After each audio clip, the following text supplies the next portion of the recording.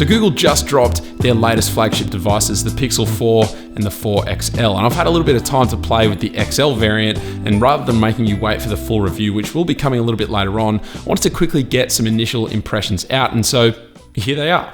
Let's start with the first thing you'll undoubtedly notice when you first get your hands onto this device, which is the design. Now, there's no doubt that this design is going to be fairly polarizing no matter which way you look at it, and I still don't even know where I sit with it. But this year, Google has done away with the notch altogether, and instead they've gone with a solid forehead right across the top. This does house a bunch of sensors, which we'll talk a little bit more about later on, but I think most people will actually prefer this top bezel approach rather than the notch that we saw on last year's Pixel 3 XL. The chin has been shrunk down quite a bit compared to last year's phones, which is nice, but it's definitely not the smallest chin that I've seen on an Android device, and it's not like they're squeezing in a bottom front-facing speaker, so I would have really liked to have seen this chin shrunk all the way down to match the size of those side bezels. But as expected, like pretty much every year, the design is not nearly as bad in person compared to the press and render images that we've seen, and I still really appreciate the matte finish on the clearly white and oh so orange versions. And so what I'd recommend is, unless black is really your thing and you don't mind a gloss finish, then I would actually avoid the black altogether and just stick with either the clearly white or the oh so orange versions instead. So then we have the display, which is actually probably the biggest feature that I was excited about in regards to the release of this phone, and that's because we now have a 90 Hz panel. So Google dubs this as smooth display, which is a pretty spot on name for it because it does just actually make everything feel very, very smooth. It's not as drastic a change as I was initially expecting, and that's coming from using the panel on the 3 XL, but my guess is that it's probably going to work the other way around, in that after using this 90 Hz refresh rate panel for a prolonged amount of time, then going back to using a phone that doesn't have a high refresh rate screen, that's going to probably start to feel quite choppy in comparison. As well as that, as far as I can tell from my really quick initial tests and side-by-side comparisons, the display quality itself also seems to be quite a bit better than what we had on the already pretty decent panel of the 3 XL.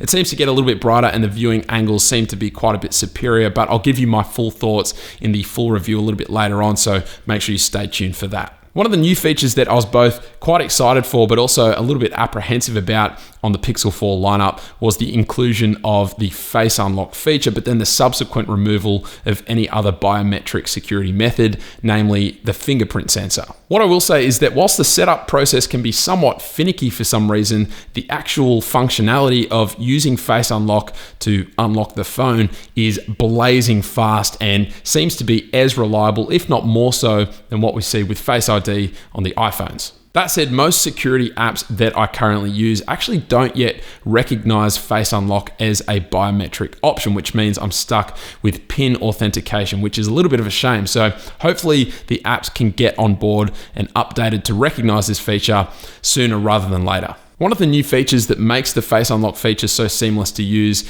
is the Solly radar technology that Google have implemented into these new phones. And this is actually called Motion Sense. And as the name would suggest, this feature senses when you're in the near vicinity of the phone.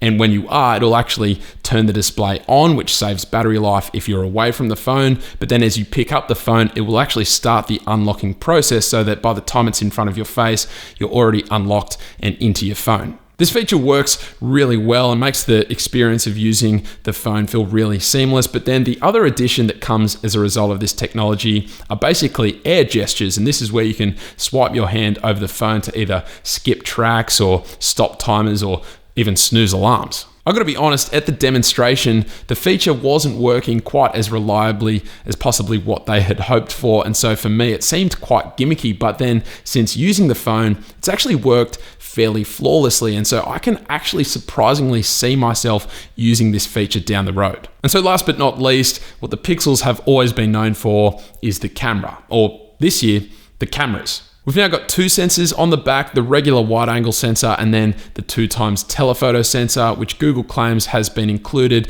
to support the super res zoom feature that it introduced last year. And just like everyone on the internet, it seems I'm also in the boat where I'm wondering why on earth Google chose not to include an ultra wide sensor on the back instead of that telephoto lens. But to be honest, I have a feeling that they have heard the backlash, and so we may yet see it next year. That said, whilst I haven't used the cameras near enough to offer a solid opinion on them yet, I will let you know that I feel like I've already seen some small improvements at the very least compared to the 3 and the 3XL last year. Photos snap a heck of a lot quicker, which is great. And the post-processing seems to have been enhanced even further because photos are looking slightly punchier and slightly crisper compared to photos from the 3 and the 3XL from last year. On the front side, Google has removed the second ultra-wide front-facing camera, which seems a little bit of an odd decision given how popular that feature was. But in saying that, the standard wide-angle lens on the Pixel 4 and 4XL is actually set at a wider field of view. Not quite as wide as the ultra-wide from the 3 and the 3XL, but wide enough for most group selfie situations, I would think. Now, there are so many other features that I haven't even touched on, but I really wanted to get these initial impressions of using the device out to you guys as quickly as possible. But make sure you stay tuned for the full review. I'm going to go super in depth into my experience of using this phone and let you know whether or not I think it's a phone you should pick up. Let me know if there's anything you want to see in that review down in the comments below. But aside from that, thank you all very much for watching, and I will catch you later.